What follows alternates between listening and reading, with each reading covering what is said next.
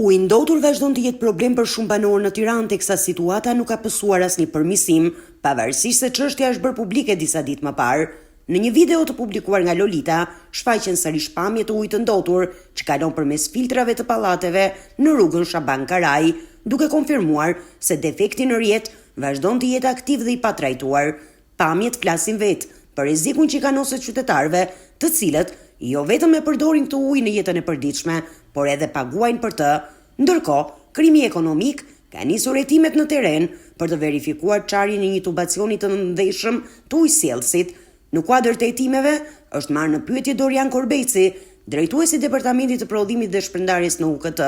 Korbeci ka sqaruar se linja e furnizimit është dëmtuar për shkak të amortizimit, duke sjellë kështu turbullira në ujë. Por rasti ka marrë për masa më të mëdha pasi ndaj drejtuesve të UKT-s dhe Bashkisë së Tiranës është bërë kallëzim penal në SPAK. Gazetari Arsen Rusta ka kallëzuar penalisht Skerdi Drenovën, kreun e ujësjellësit kanalizimeve Tiranë, dhe Anuela Ristanin, kryetaren e komanduar të Bashkisë së Tiranës. Pritet që SPAK të vlerësojë nëse do të nisë hetimin për këtë çështje që prek drejt për drejt shëndetin publik.